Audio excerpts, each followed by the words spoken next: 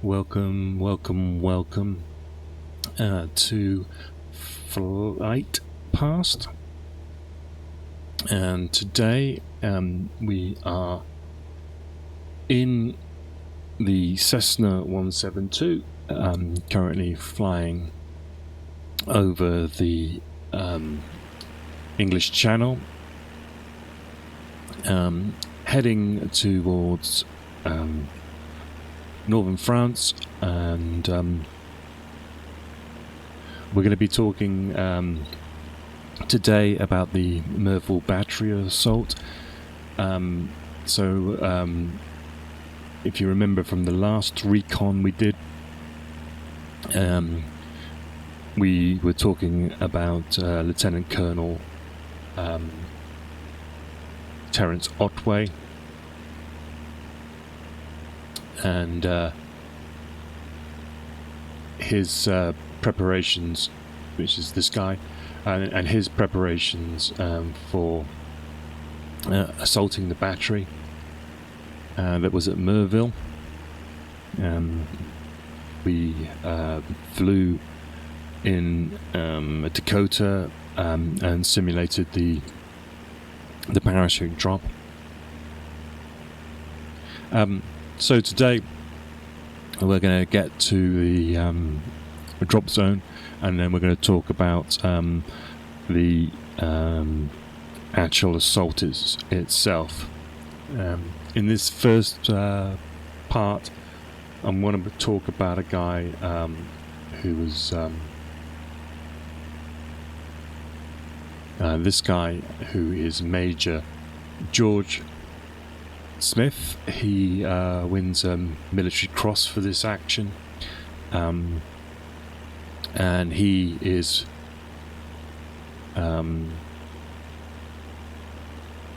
part of a forward operating party that was put together to reconnoiter the battery prior to the battalion arriving. So we're going to be talking about a place near Gonville, which is where their drop zone was, and the time that he lands is about 20 minutes past midnight on the 6th of June, 1944, of course. So we're just poodling along here in the Cessna. Just find the Cessna is a lot easier aircraft to fly, especially with its navigation systems. So it's a better platform for me to talk to and fly at the same time. As you can see, we're approaching the coast here in the distance, and let's I've got my notes ready. If you guys want to help at all with these streams, you can become a producer. You just need to go to the Discord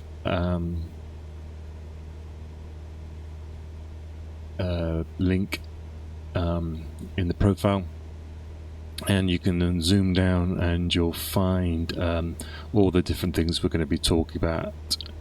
And here is one on D-Day, and you can filter these by Operation Tonga, and you'll see all the different times and what happens where during this operation. At the if you if you go to the top, there is a timeline, and you'll see all the times of all the major events that occur during D-Day, and you can find something like the Operation Tonga and the the different events that occurred at that time. These are some notes that I've put together. You'll be able to come on to these forums here and comment on anything that you see, and if you want, just add anything below.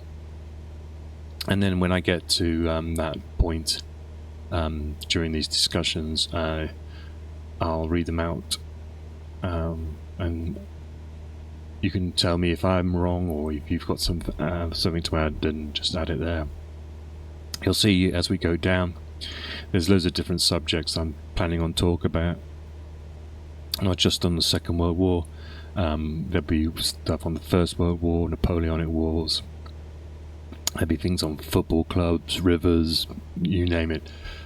These are my ideas. You can just come along onto these things, and you'll be able to click onto these forums and add any information you want on there.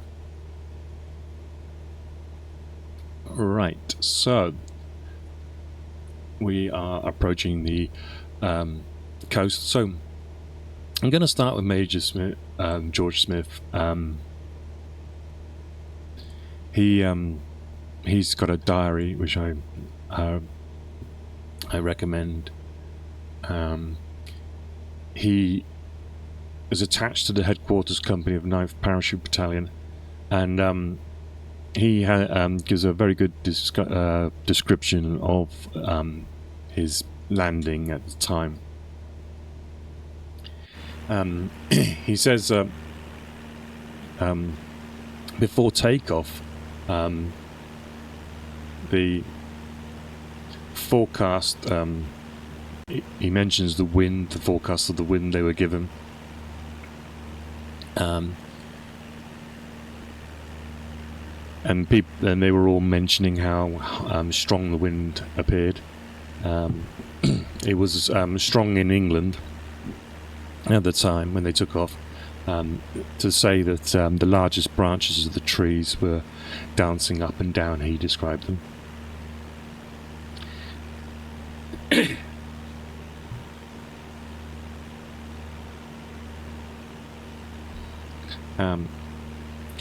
Just before takeoff, the pilot informed him, the RAF pilot informed him that they had seen aerial reconnaissance which showed enemy dug-in positions in the vicinity of their drop area,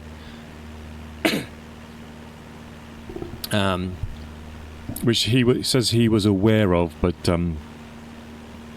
he didn't believe were manned. But the Royal Air Force had made the decision on their behalf that they would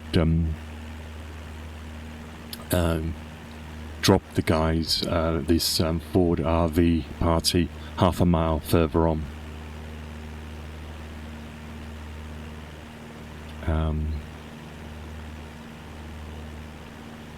So he talks about his kit. He had a haversack and respirator under his jumping jacket.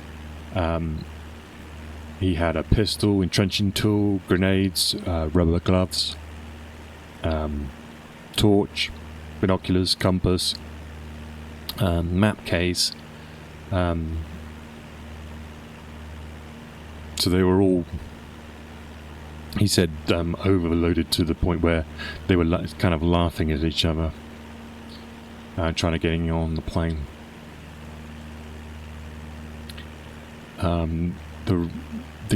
There's two parties. There's the Battery Reconnaissance party, and there was also a rendezvous party. And they had a bunch of equipment attached to their legs, which they could quick release when they're in the air, so they're dangling on a static line below them.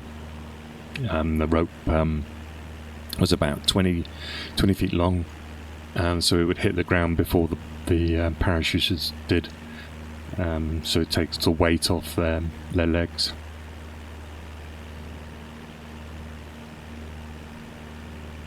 The pilots told them that there was a following wind at the time, so they actually decided to take off 9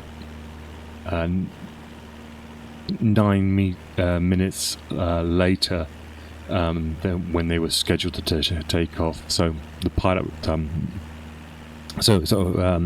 George Smith notes that this meant that the takeoff time was for them at 9 minutes past 11 on the 5th.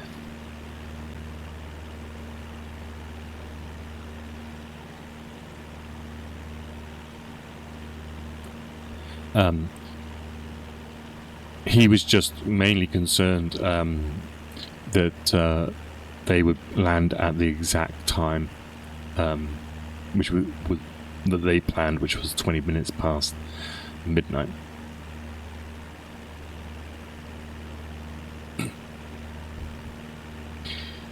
So we're approaching the coast here, and we'll just do this in the daylight as normal. As we mentioned before, this is the gap the RAF have identified to easily get through the flak defences. We've got Franceville Plage to our right, and Cabourg to our left. And we're heading now to where the drop zone was.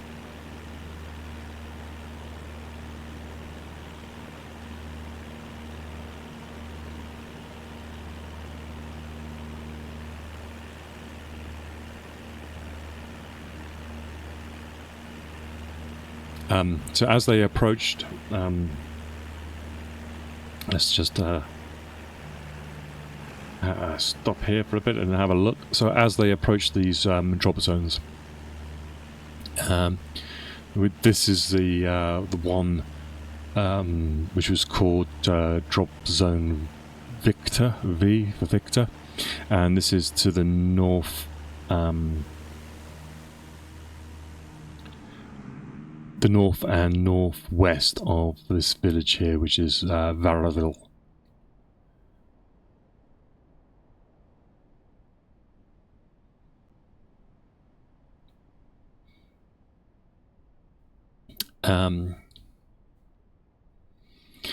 They were in some, I think it's Abermale aircraft. So these are the aircraft that they dropped through the floor. They had a hole in the floor of the aircraft, so they had to stand up and shuffle forwards.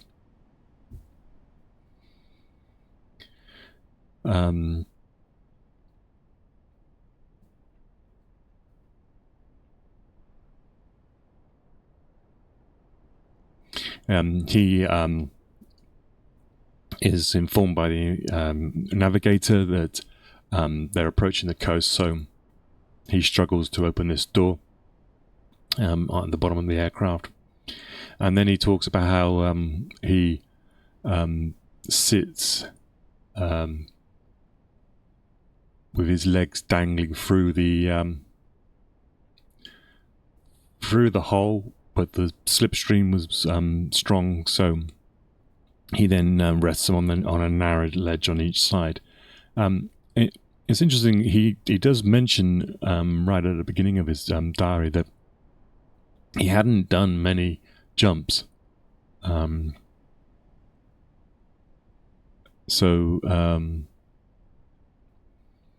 His experience is actually quite small for someone who's going to be doing this kind of mission. He talks about the coast comes into view, and he could see to the right as he bursts of flame. And he believes it was bombers that were softening up the beach defences.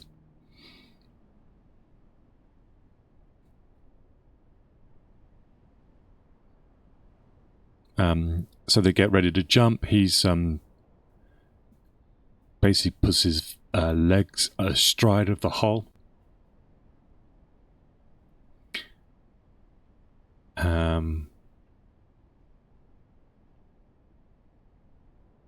And he was standing over the centre of the hull. He had Colour Sergeant Major Harold with him, and he was doing the similar thing to the rear of the hull.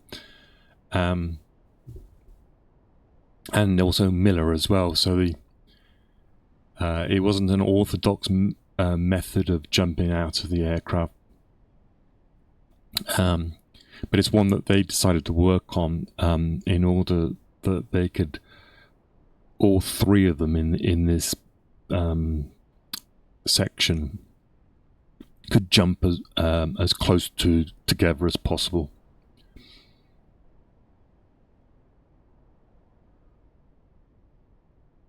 So he talks about the usual method would be to bunny hop down the fuselage and out the hull, but this way, if they're already sat or stood ready to go, they could literally boom, boom, boom, boom, go together, and they're trying to keep themselves as close as possible. He talks about that they passed over the coast at 700 feet. Which is about the height we are here. And this is a typical height for parachute drops. We talked about the height, the base of the clouds. I think they were around about 2,000 feet.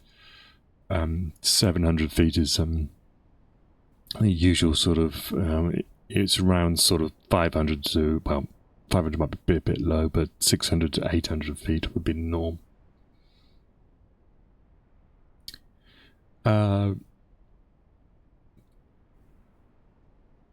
So he just says as they pass over the coast, it was 1 minute to go.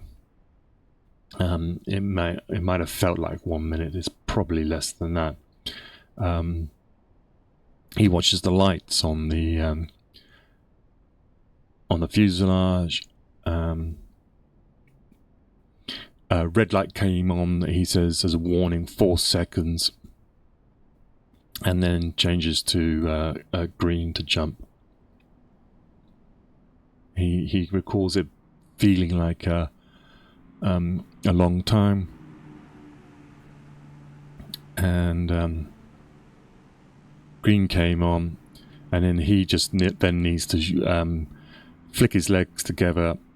He clutches the harness around his chest, and then he slips into the slipstream. And he remembers saying to himself, "You can't climb back now." And so Miller, who's in his team, and as soon as he sees his leader go, he does the same, and they all follow each other. He describes the canopy opening gently, and it was a perfect descent. So now they weren't being fired upon, although he said he could see tracer fire firing up ahead and in the distance, and he believes the tracer fire was still firing at the aircraft that they just jumped out of.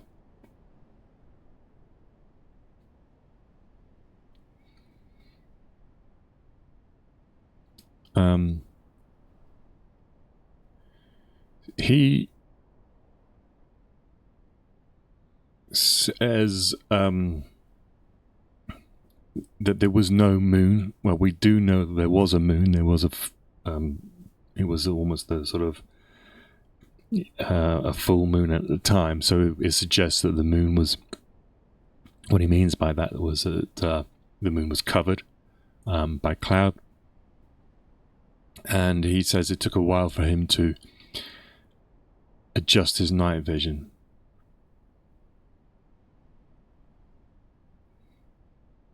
So he says that he's trying to orientate himself as he's coming down, and he says he sees a large building about half a mile away, half left, and another about 3/4 of a mile half right.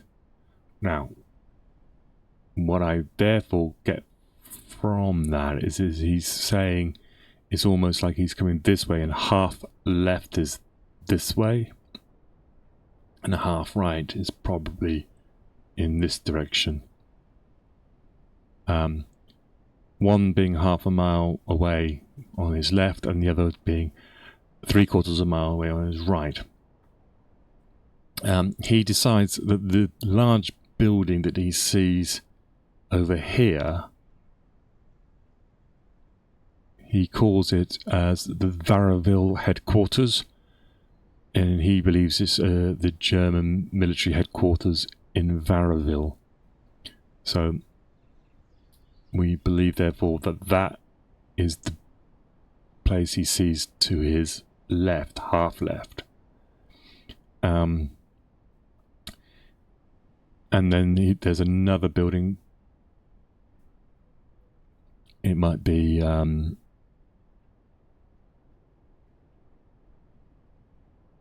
over here to his right.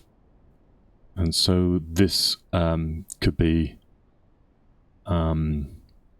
the place that he's talking about. And this is Gonville, Sir Melville.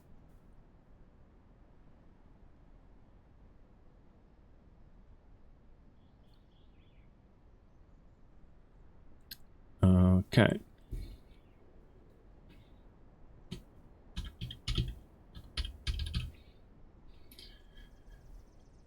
So, with that information, and we're knowing that below us here, these light open field patches is the drop zone.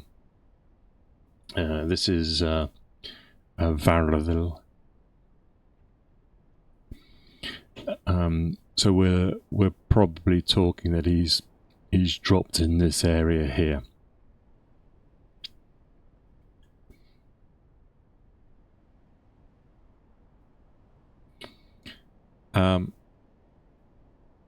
He says that as he coming down, that these buildings are swept from his view.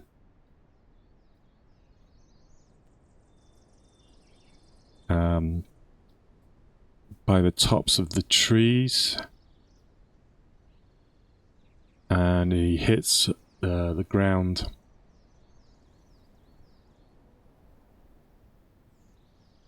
and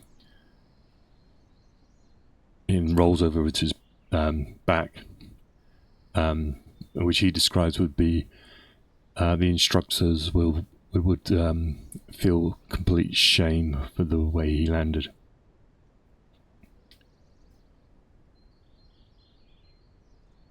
He says he sits up, twisted, punched his harness, quick release, and until it dropped free, pulled out his leg straps, ripped open the zip fastener on his jump jacket, and was ready to go.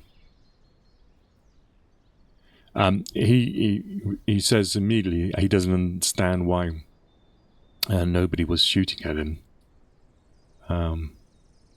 or attacked him. And when he looks around, he finds that someone is struggling with a harness. Literally, he says 4 yards away. So they almost landed on top of each other, and this was Dusty Miller. And then 15 yards away, from the shadow of some trees, came Colour Sergeant Harold. So they had come down exactly how they wanted, all three of them within yards of each other. He remembers saying that, the difference between one person landing on this side of the field and another on this side of the field would be a massive difference, because the trees meant that you would never know that the other person was on the other side.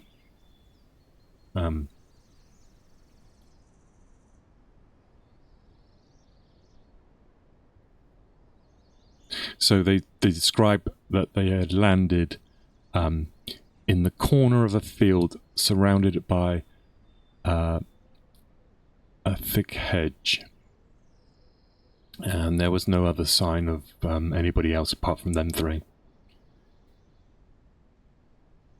They talk about going through the hedge, trying to orientate themselves and discuss their plans. But when they looked at the clock, it was exactly 20 minutes past 12.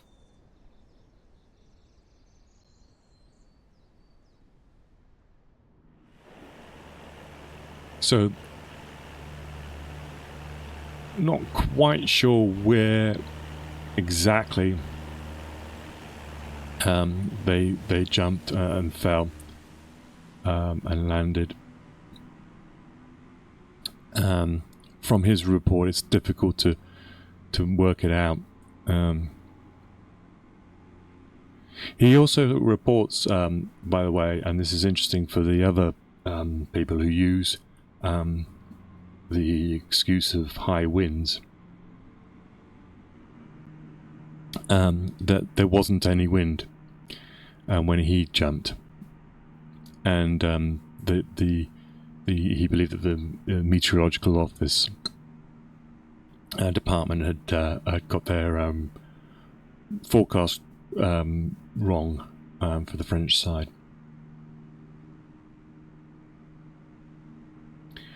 So his immediate concerns now was trying to locate where he was, and he was concerned about the planned bombing operation that was going to be occurring at about 12:30, so they had about 10 minutes. He talks about how initially they would lie up in a ditch and put cotton wool in their ears in an anti-blast position. He says that he believed that the battery was 2,400 yards away. And he believed, that distance meant that they were probably pretty safe. This is the battery here, by the way. It's difficult to judge 2,400 yards. Let me just do a quick conversion of that.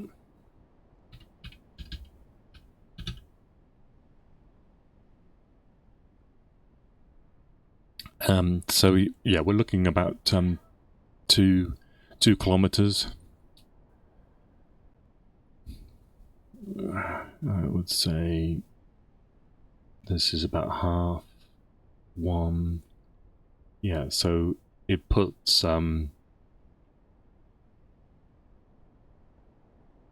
it might put a little bit of a doubt on. It makes the drop zone sound like it was about here in this area. 2 kilometers. So that looks about 2 kilometers probably.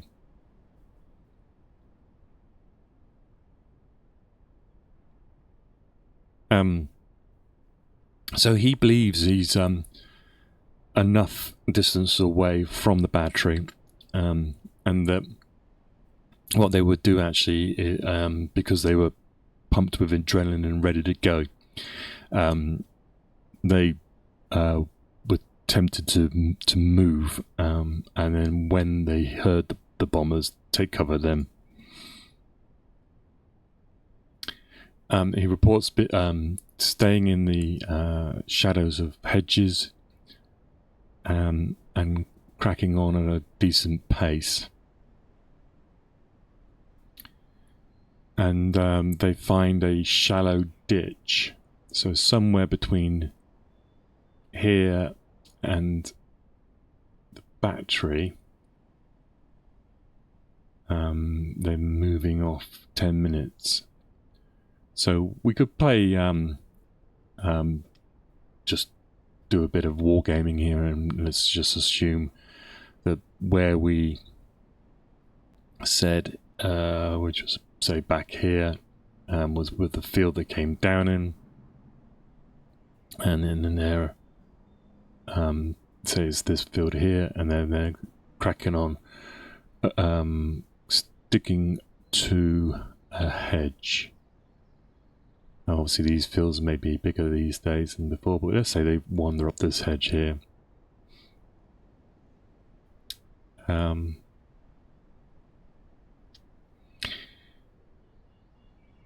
They were close enough to hear these bombs and feel them, and the terrific explosions that came from them.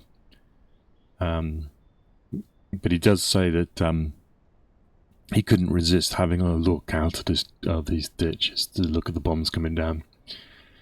And he reported that the bombs were falling halfway between the Merville Battery and us. So the bombing raid had missed. And I think I'm not sure we can see any scarring in the fields today. But he talks about the bombs falling in this sort of area, and we know that this village here, which is Gonville, Merville Head, and these dark patches here look suspiciously like bomb craters. Can't be quite sure, but this is the sort of thing you can sort of spot sometimes with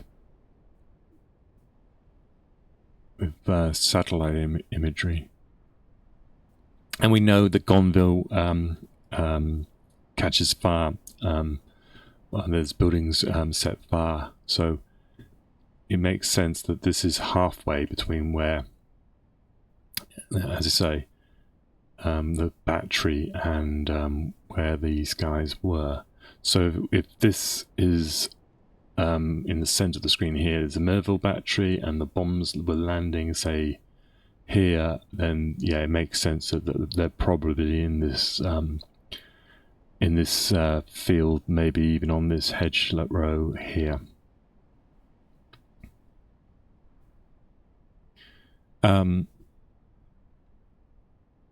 They said they had a large field in front of them, but this looks like a very large field. It might be even larger today.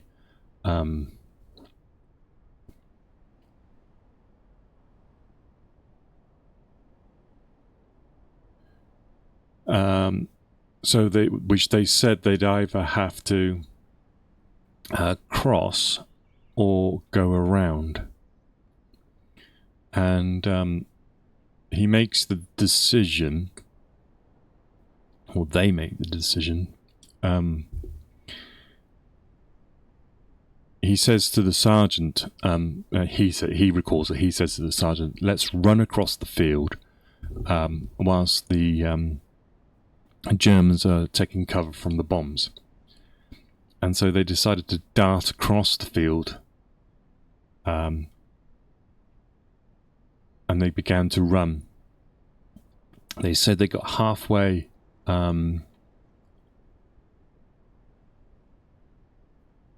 across, and then says there was a screaming sound, and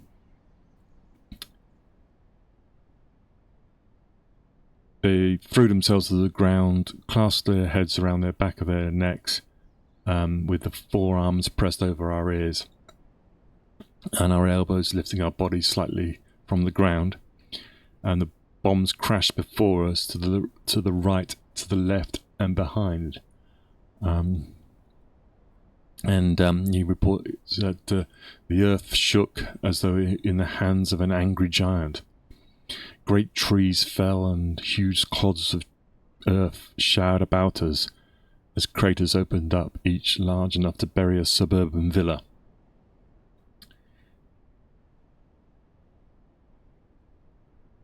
So he then says that he believed it occurred for about 10 minutes, and then it ceased, and the airplanes could be heard disappearing. So whether there's any evidence of bomb craters, you got these dark patches in the fields, which is it can be evidence of craters being filled in by the farmers. So you could imagine that this field was where they tried to run across. He remembers feeling really stupid for doing this.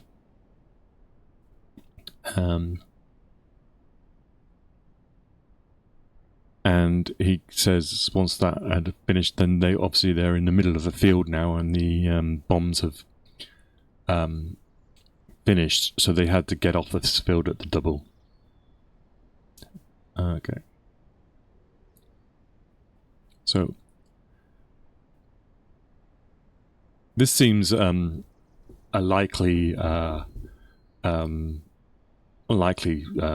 of the likely places then for them. So it makes sorts of sense that they were possibly landed over there. Now, he then talks about how they get to the other side and there's a rough track. It's very difficult to know, but this could be the rough track in front of us.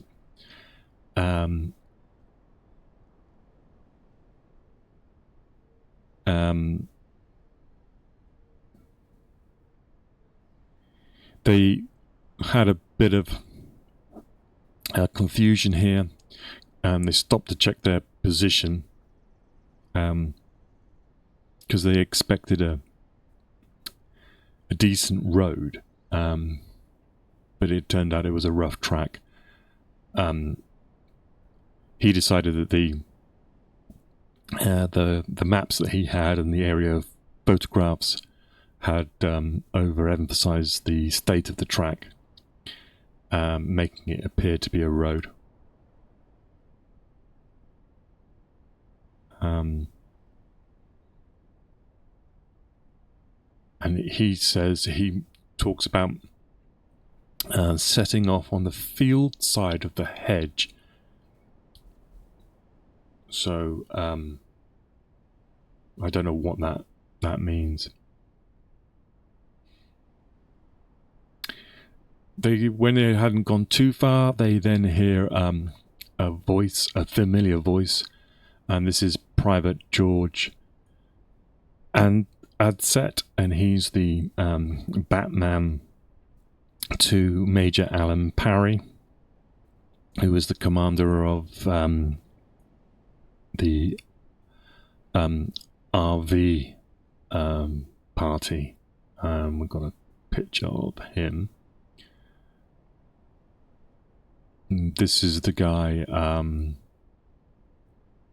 His brother was, if I can remember, was George Parry. We spoke about him in Benouville during the German counterattacks, and he was the padre who tried to protect the wounded from the Germans who had begun to bayonet them, and he was killed at that point, which was later this morning.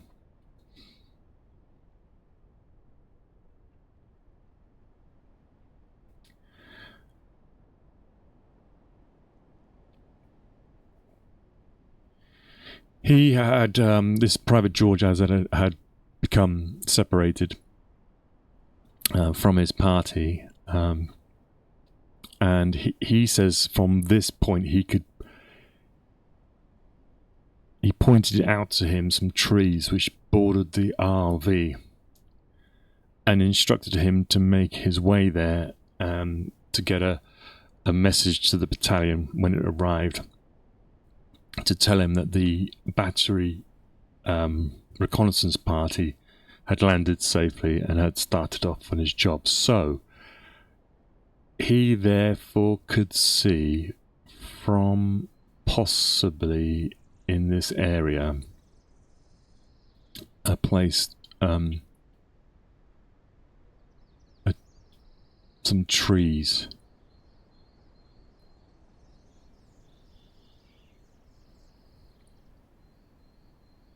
Now, when you look at the map, obviously some of these villages might be a little bit bigger these days, some of these trees may be down, but there is something that you can see from the ground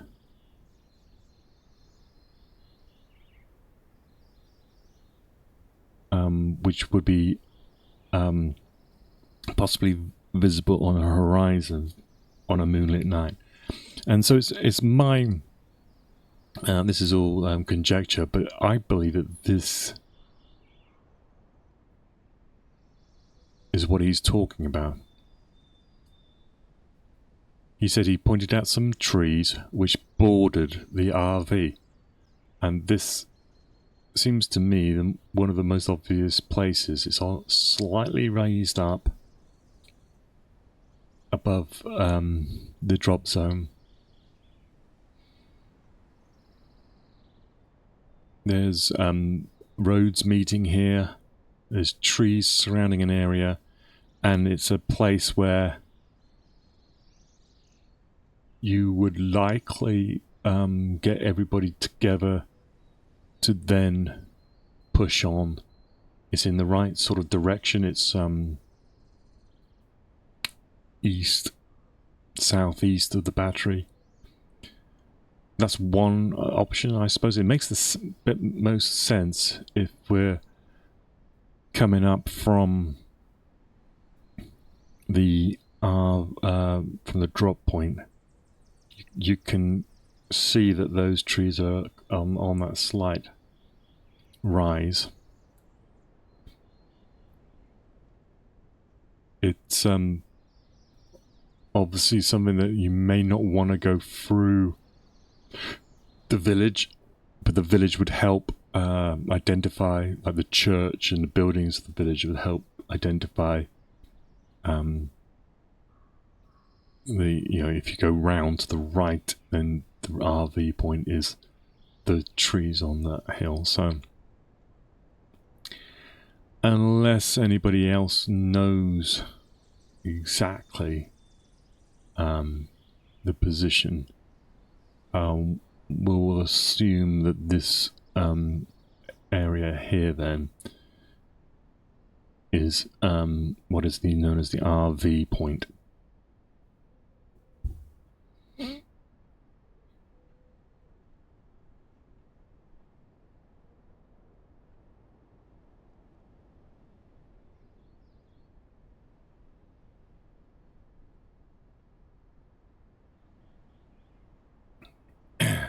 So this might be a little bit tricky. He mentions then the next hedge junction he talks about. He says was too thick to get through, which meant going away from the road, and we walked a good 150 yards before I decided to break through it and chance the noise, alarming the enemy. So I don't know what that means, but say it's around this area. He compares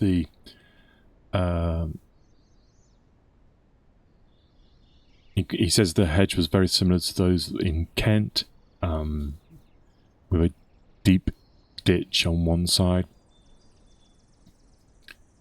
And when we broke through the hedges, found themselves in a 3-yard wide belt of shrub with yet another hedge to cross.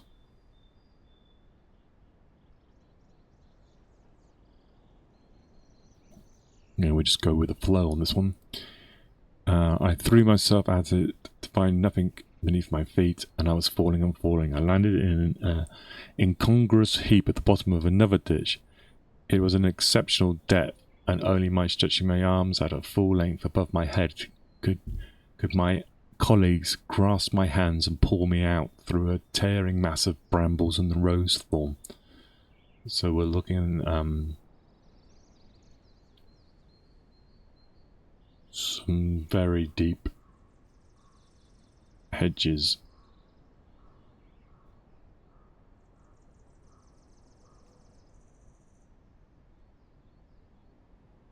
Another similar double-ditched hedge a little later made us decide to try the track at any future hedge junction. We couldn't afford the delay caused by breaking through hedges, and in any case the noise breaking through them was, if anything, more dangerous than actually using the verge of the road.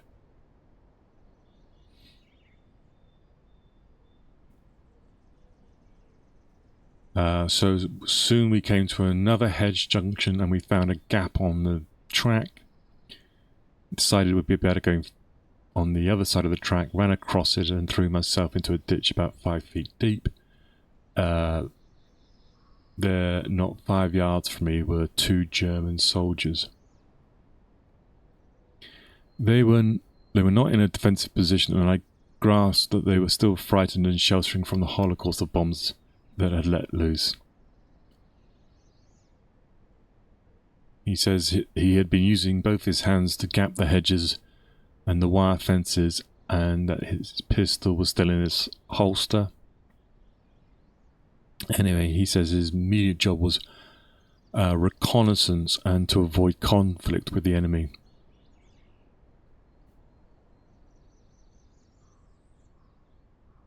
He says he leaped back out of the ditch, found a large stone and threw it towards the Germans, and they must have thought that it was a grenade, and so they threw themselves flat. And in that half second that he joined the other two across the track, and we made a small detour.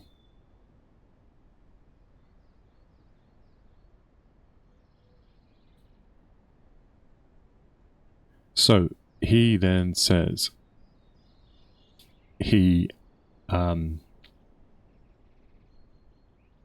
to cross open country of about 600 yards, and he says he found their starting point. So, I mean, we could be talking in this area.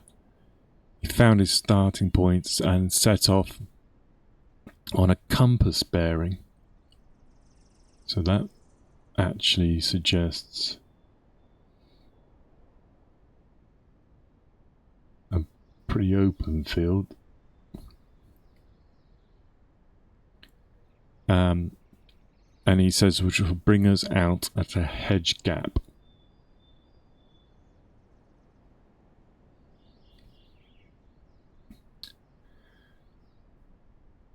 "30 yards into the field, we found 2 posts about 15 yards apart. They were solid affairs, whole trees with the bases sunk well into the ground, and the other ends about 15 feet high.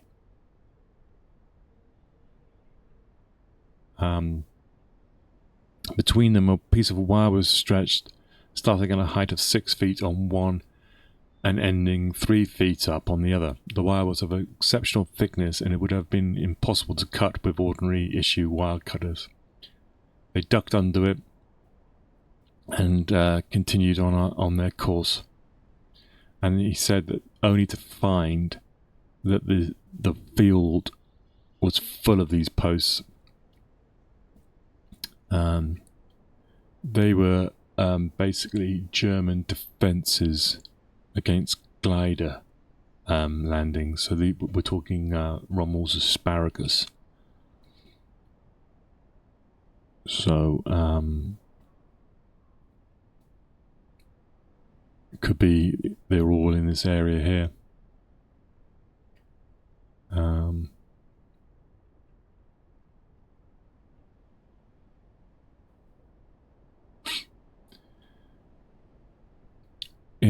They were nearly across the field when the flak guns along the coast began to open up, and then this is when the dark silhouettes of the Dakota aircraft appeared and continued to appear for 15 minutes. He says that they are at a height of around 500 to 1,500 feet.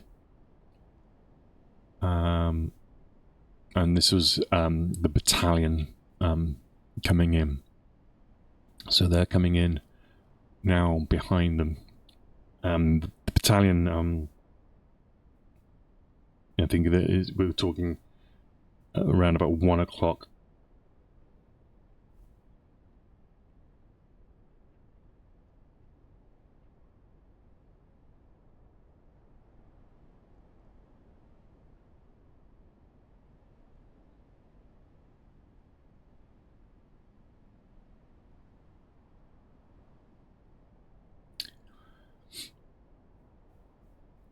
This is when he reports, and we heard similar reports from Major John Howard, that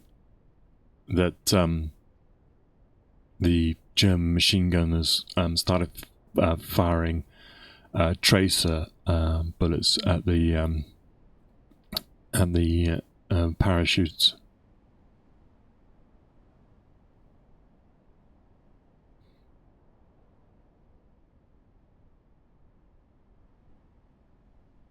He said that from his point of view, he saw very few parachutes descending. He just said he saw 2 sticks to his left. They were pretty difficult to see in the darkness. And were descending obviously very quickly and could only be seen for a few seconds.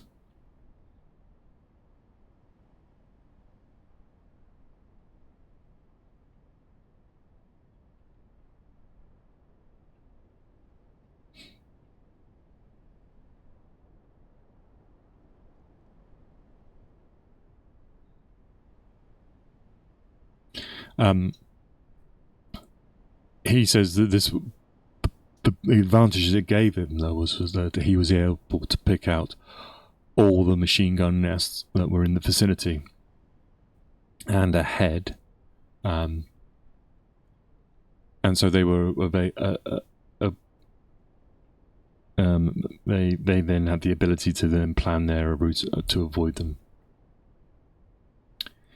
They talk about reaching the cross tracks, which is like a crossroad but cross tracks. Presumably, what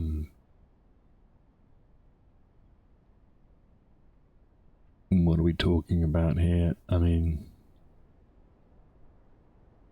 I would have thought it's probably this area here. One of the tracks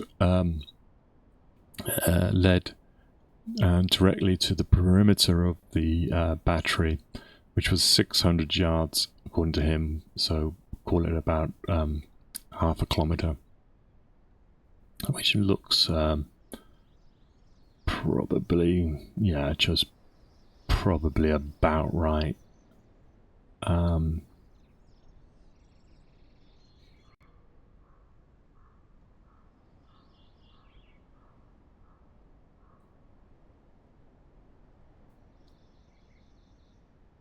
He says the country here was very open, apart from a small hedge and ditch that ran alongside the track, and they slipped off along the hedge.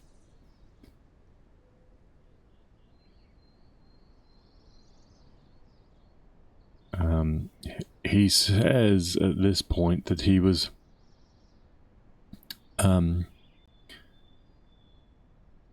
going to the plan was to cut cross country on a compass bearing to bring us to a certain wood known to them as Wood 2.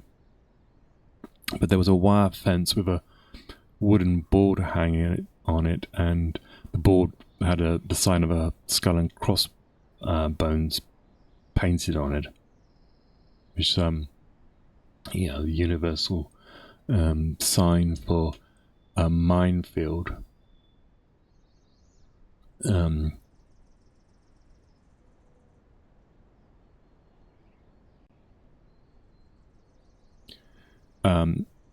So they knew that there was an existence of mines, and aerial photographs had shown some small craters equal distances apart in rows, which would have been it was a way that when they looked at the reconnaissance photograph, previous bombing raids, a bomb nearby had set off a line of mines, and so this was the telltale pattern that there was a minefield in the area.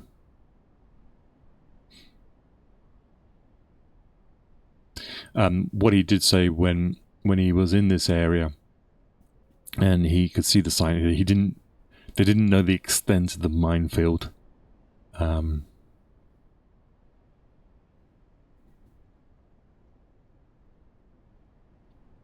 So they hadn't planned on the minefield, presumably in this area, to be so extensive. So they decided to keep to the ditch.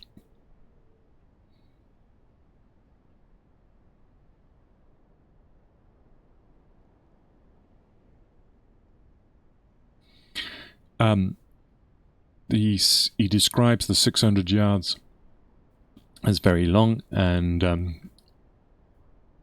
they were quite slow, he believed, to cover that. But he comes to a track running across the top of the one they had crawled along. And on the other side was a cattle fence marking the outer perimeter of the battery. And Wood 1 was inside the perimeter, started in front of us and went away to our left. I don't think the woods are here anymore.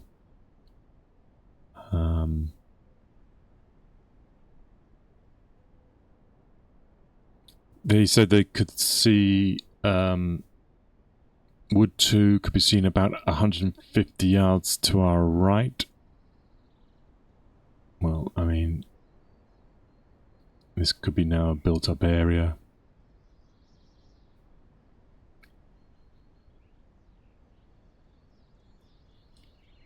And so now they knew they had to cross a minefield.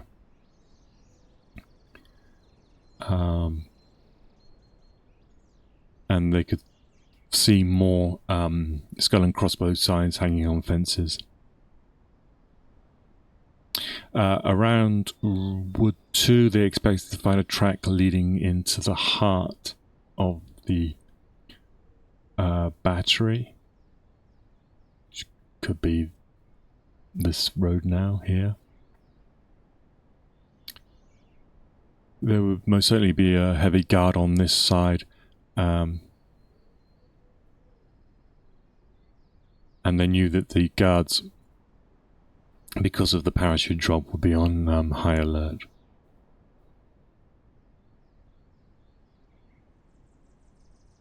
They leave Harold on the corner of Wood 1.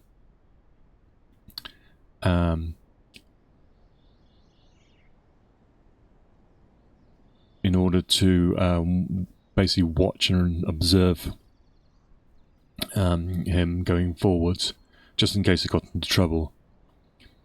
And they dumped their haversacks with him and lightened their loads.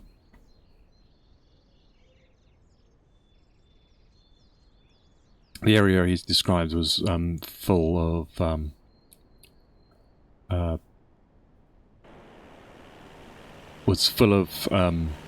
bomb craters. And he was surprised about how big they were.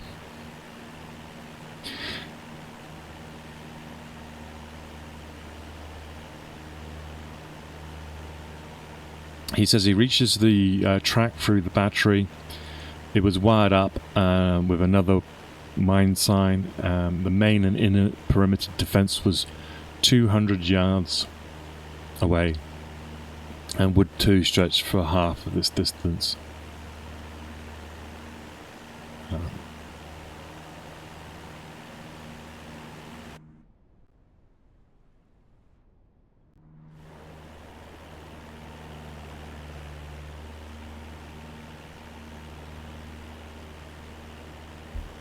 We're looking at it here now.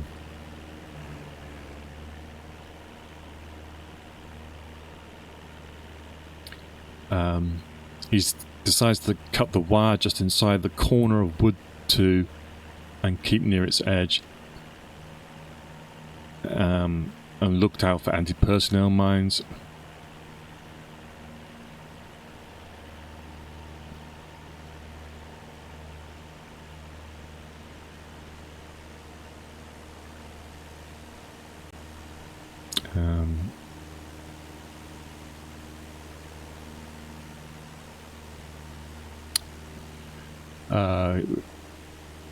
And he says he cuts the wire and crawls into the wood.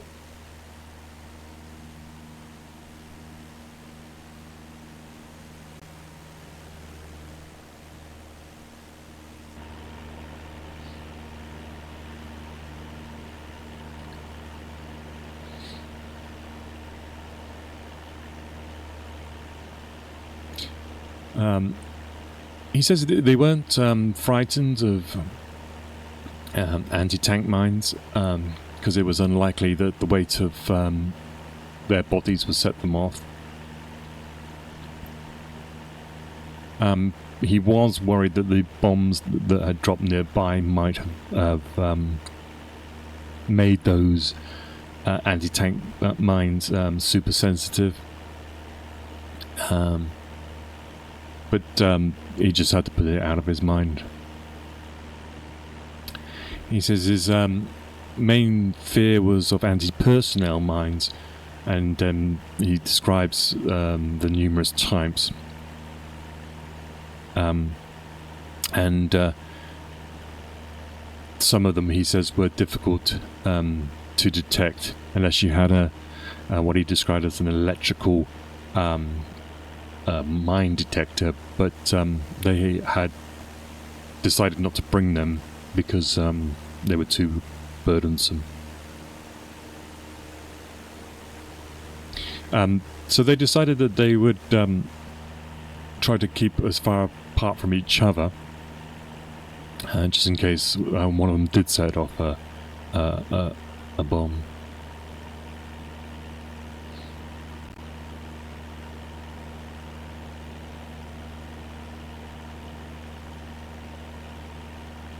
They crawl forward.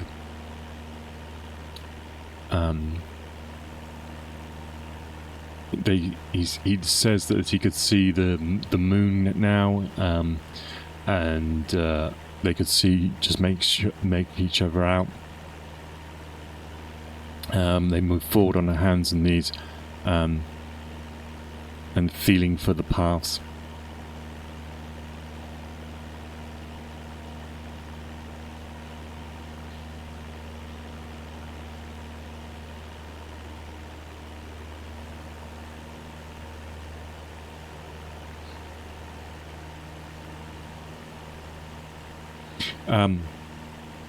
he discovered why the track had been into the battery had been wired off, and because 3 bombs had fallen on it, and it made it quite impossible and beyond repair without a considerable amount of labour.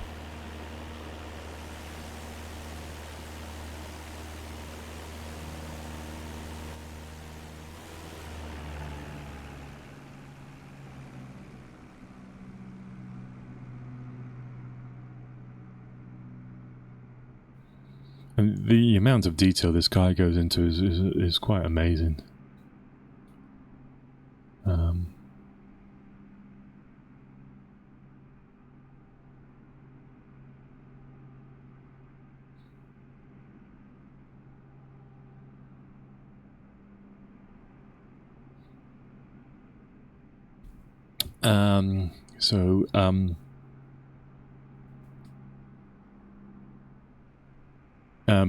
Before they'd gone too far, they could hear noise of people on the track ahead of them.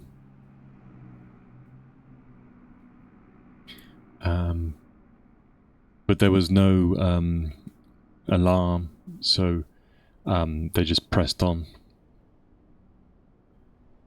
They've met a number of loose wires, barbed wire. They believe they were attached to anti-personnel mines which worked on the pull principle. So they either cut them or passed over the top of them.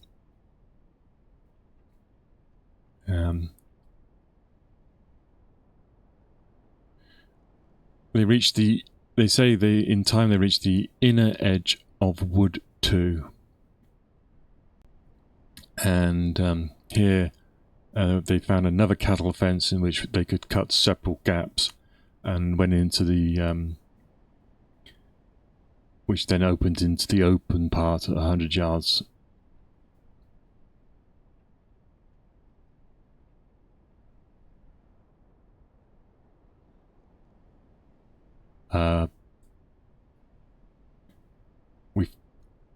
By this time they're in the inner area. They are sensitive to the noise. They think that they're crawling through the grass at this point. Very sensitive to any noise being made.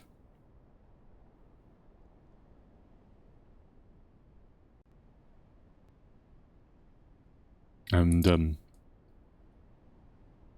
they managed to crawl up to the next line of wire, but nothing had been alerted. But they could see the outlines of these casements. Carried on creeping forwards. For 5 minutes, they come to a wide anti-tank ditch, 10 feet deep, which had just been started with, they say, seemed to be the intention of surrounding the battery, but it hadn't been completed. And he says they had been monitoring the progress of these ditches in aerial photography.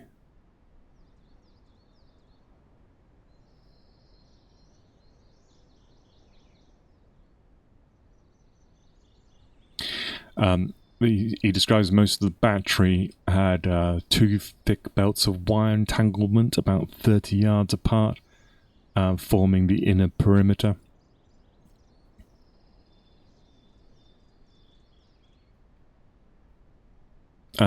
But some of this wire had already been broken by the bombardment.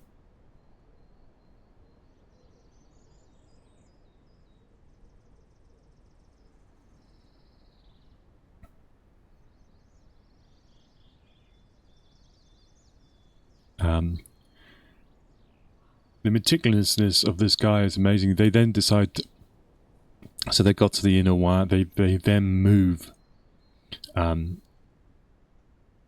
one goes one way, one goes the other way, and they move 150 yards around just to see if there's what the ground is like.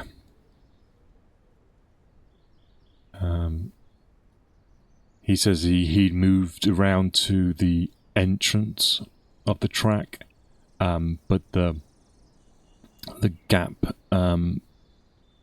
where the entrance was heavily wired.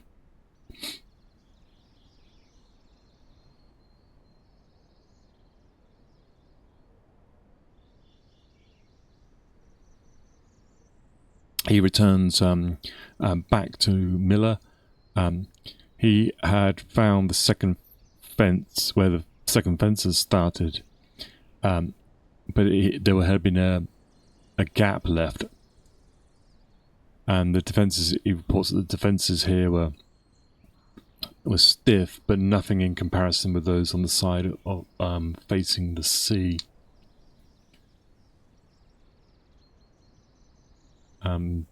The plan was that the battalion was to make 3 gaps through the wire, and he says that he decides that the best locations would be on the track about 70 yards to the right, and about 70 yards to the right again.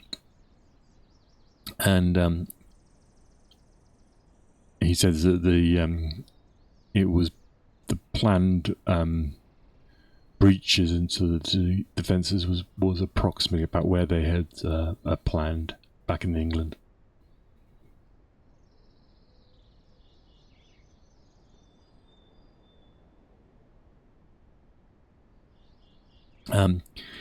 He reports here that he'd found that the battery was very quiet. So he decides that he needs to just check inside the wire. But in order to not waste the information that they got, he sends Miller back to join Harold, and then meet up with the battalion just in case anything happened. So he waits for Miller to leave, and then he carries on.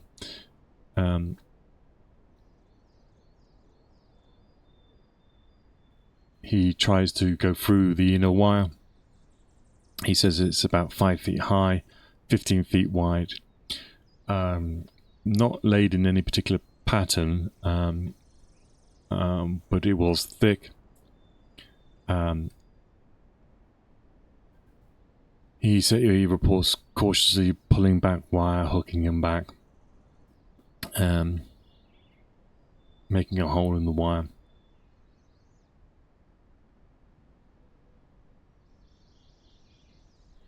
He says he gets halfway through the wire when he hears a familiar noise as made by a sentry knocking his rifle.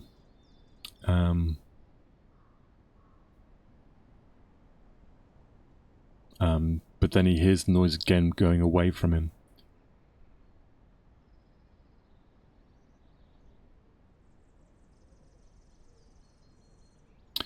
He describes it as slow and tedious work, and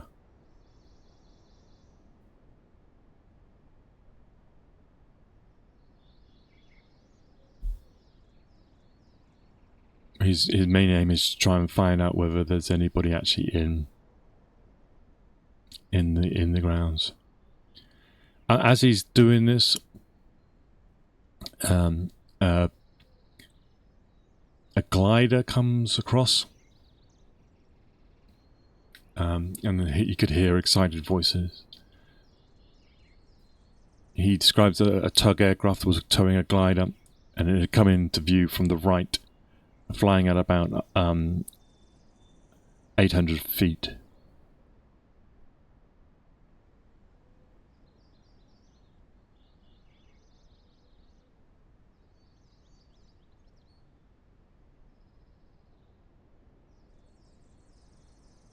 And describes how this tug and glider is fired upon.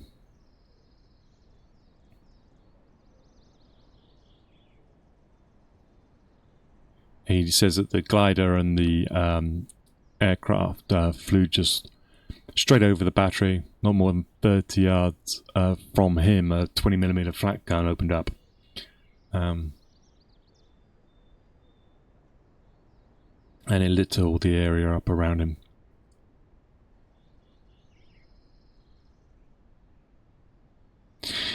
So when this happens, he knows that they're all busy looking up at the sky, and he could see from the light of the guns all the different weapon positions.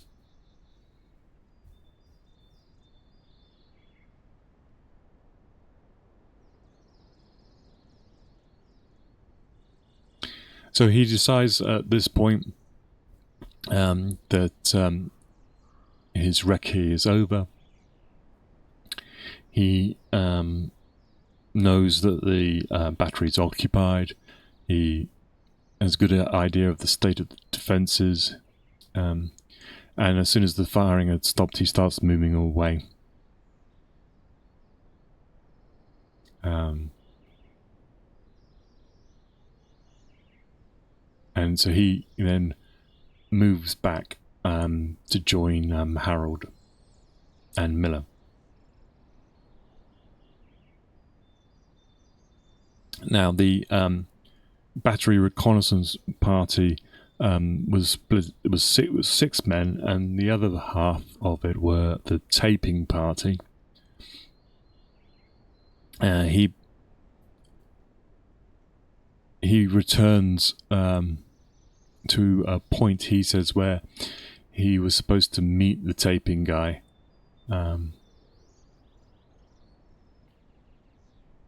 He takes Harold with him, leaving Miller at the launch point.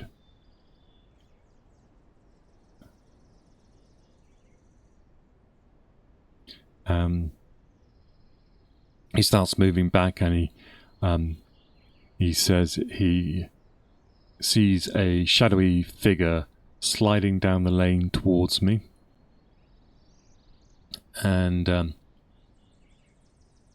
he challenges the lead guy, and it's Captain Paul Greenway.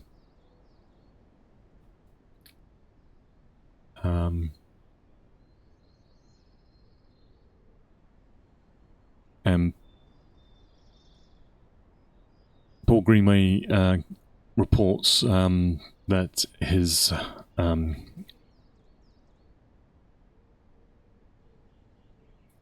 party's not complete. They haven't got any tape or mine detectors, and he reports to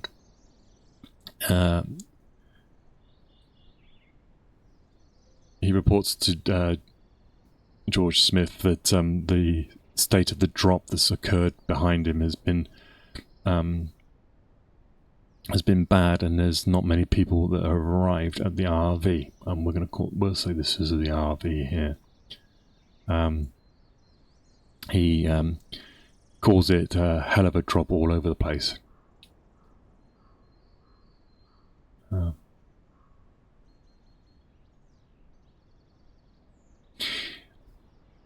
He tells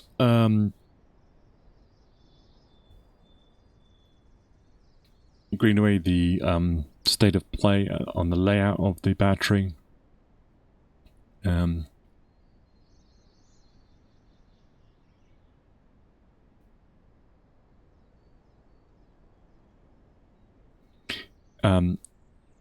He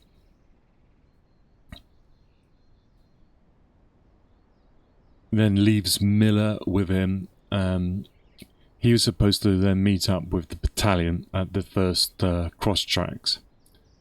As he approaches the cross tracks, he hears what he describes as a shooing noise, like an amplified lavatory system, and hears a shattering bang. This is followed by more, and he says that the Germans were shelling the cross tracks.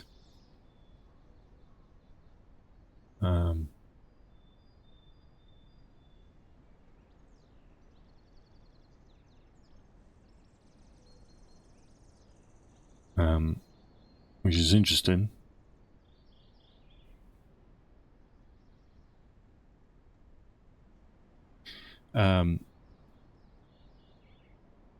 If this place was being shelled by the enemy, it was most likely he had none of his own men there. So where are we talking about here? It could be here. Why are they shelling it is interesting.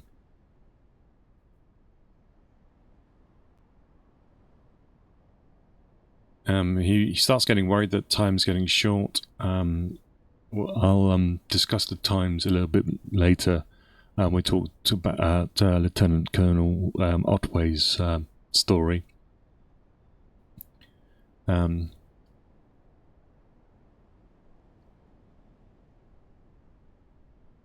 he talks about waiting for Battalion to arrive. He said it didn't take too long. He meets up with Lieutenant Colonel Otway,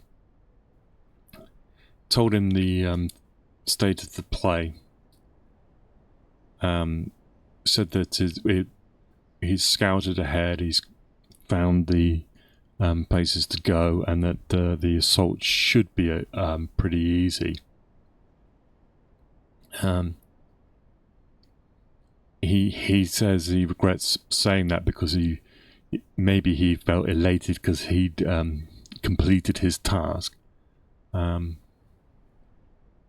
he was certain that if all goes well, then the task should be managed.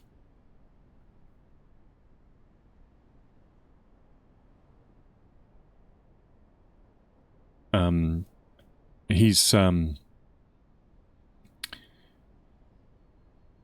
sent to get the battalion, and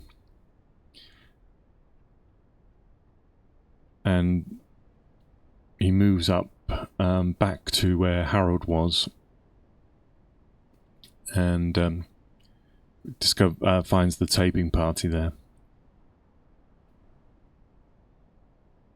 He describes Otway's as being calm and unperturbed, giving his orders concisely and clearly.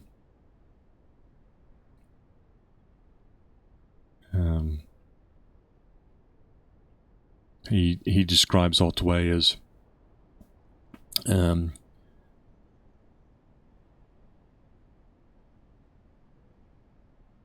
some as his calm emanating out, setting a fine example.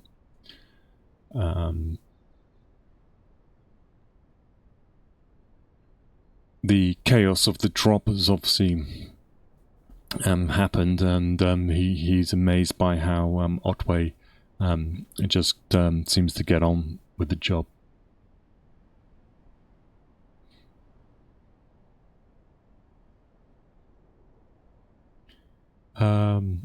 So this is where I think we shall leave it for now.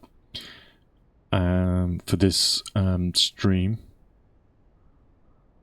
we've just done the recce, the battery recce.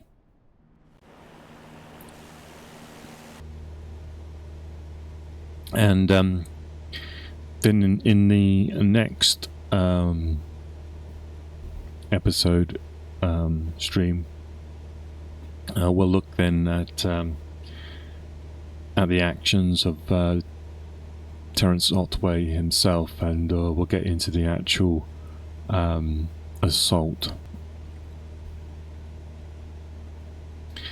So we'll fly off now and land the aircraft, do a bit of actual flying.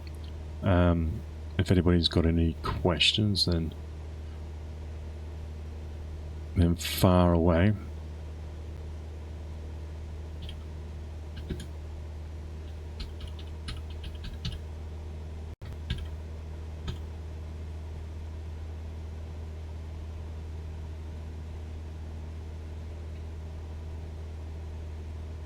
We're on our way now to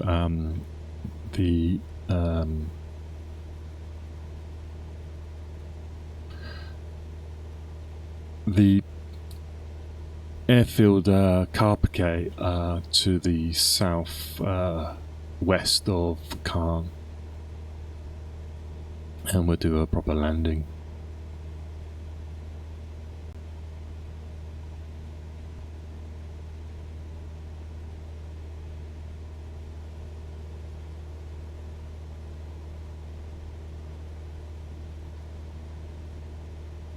So we are flying. We've got the bridges there, Pegasus and Horsa. We're just coming over the cement works at Colombelle. This was where the Halifax bombers carried on to bomb after releasing the gliders, in order to disguise the mission. This is Caen here. The whole 6th Airborne Division's area of operations is behind us there, and is designed to create a bridgehead, but also to force the Germans to bring any counterattacks around through Caen. The Allies bombed a lot of the north side of Caen because that was the easiest way to disrupt any tank movements and panzer movements towards the beaches.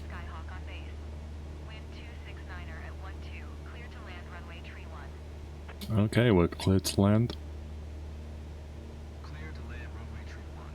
FLP 1944. So, this is originally streamed on Twitch. If anybody wants to re-listen to this stream, it will be placed on Spotify. You can also hear me do another version of this on YouTube. This is like a kind of a recon, so I can just sort of get to see some of the area, and then I'll repeat it again on YouTube. That'll probably be tomorrow. If you enjoy this, then please, whichever platform you're watching this on, like, subscribe, and all that good stuff. And I'm kind of committed myself to doing something like this for at least a year. And so any support would be appreciated. Quite a lot of work goes into it. Okay, so we're at 1,000 feet.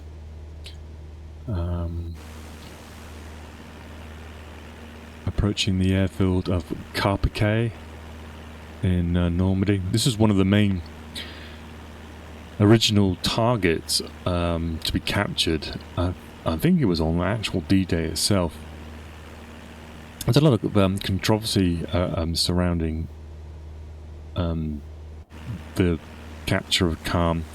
We're talking about a city that's 10 miles inland from the beaches, and it being on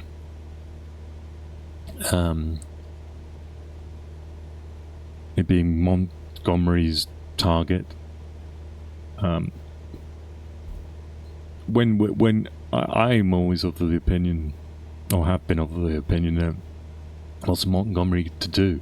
You know, if you if you don't stretch the goal to capture something, then a unit will get to a point, and if that's not their orders to press on, they won't. So there's no room for taking advantage of any situation. So you have to stretch the goals of the troops. It's up to you whether you believe it's a failure for not achieving it, or it's just good management to achieve it. I think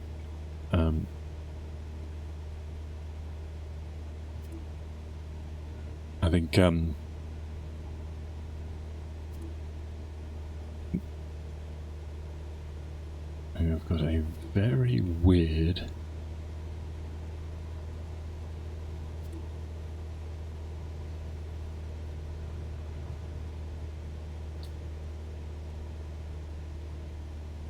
I don't know what my control column's doing here. It's just no,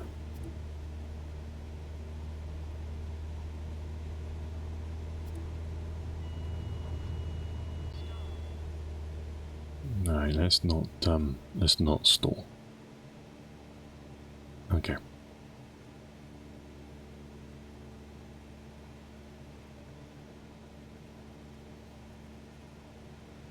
Yeah, so he was stretching the goals, let's just say that, of his troops, and people look back now and go, oh, well, he was too ambitious. Well, it's better to be too ambitious than not. If you look at Montgomery's plans, when he was talking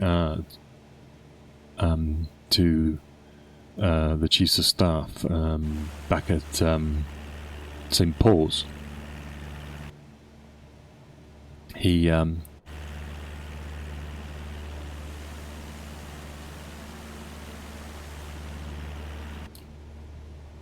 a map of Northwest Europe and showed these lines, and yes, he didn't capture Caen, but even if he had, he didn't anticipate that the front line would move much further east than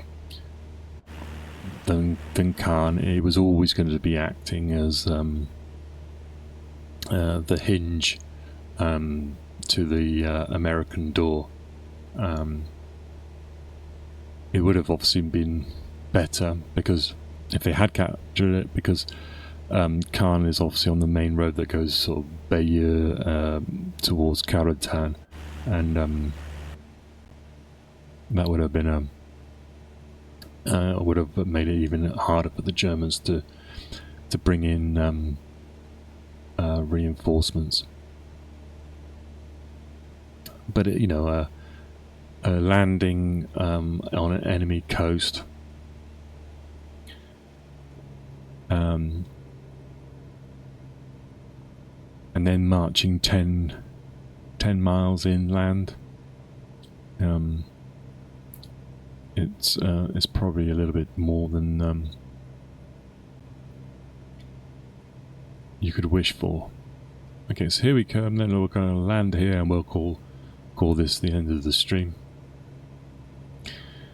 I did get a complaint from someone there where there wasn't enough actual flying sometimes in these streams, so let's try and get a bit more in. It's just so difficult to be reading notes and trying to pinpoint certain things in an aircraft. Okay, we're a little bit high. Oh, we're very fast. Okay, we're probably going to go around here.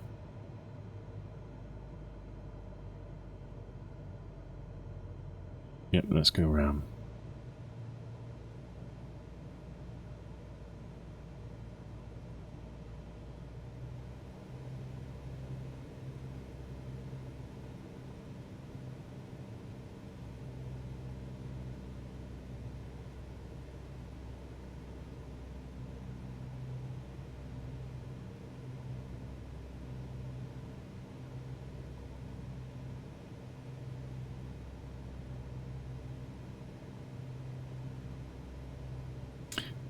Yeah, and so as you see, like trying to talk and fly is pretty difficult. It's okay when you're on autopilot, but actually trying to do it all is hard. I do a series on rivers where I fly down the river, and that's pretty cool. And then I can probably then maybe do an overdub voice on that later.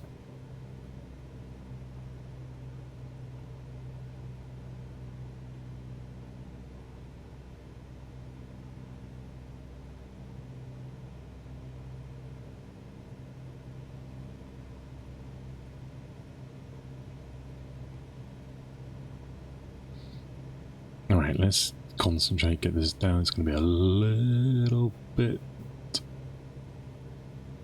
last minute lineup.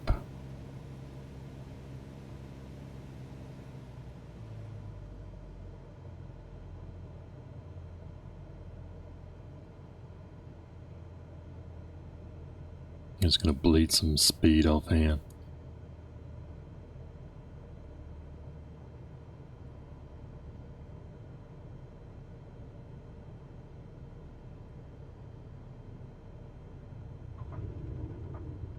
There we go.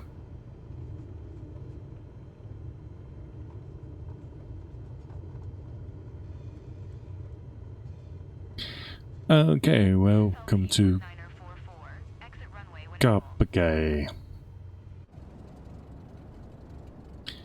I hope you enjoyed that stream. In the next one, as I say, it will be Lt Col Otway, and that will probably be sometime next week. Once we get going, I'll get into a regular pattern. But I hope you enjoyed that, and we'll see you then in the next one.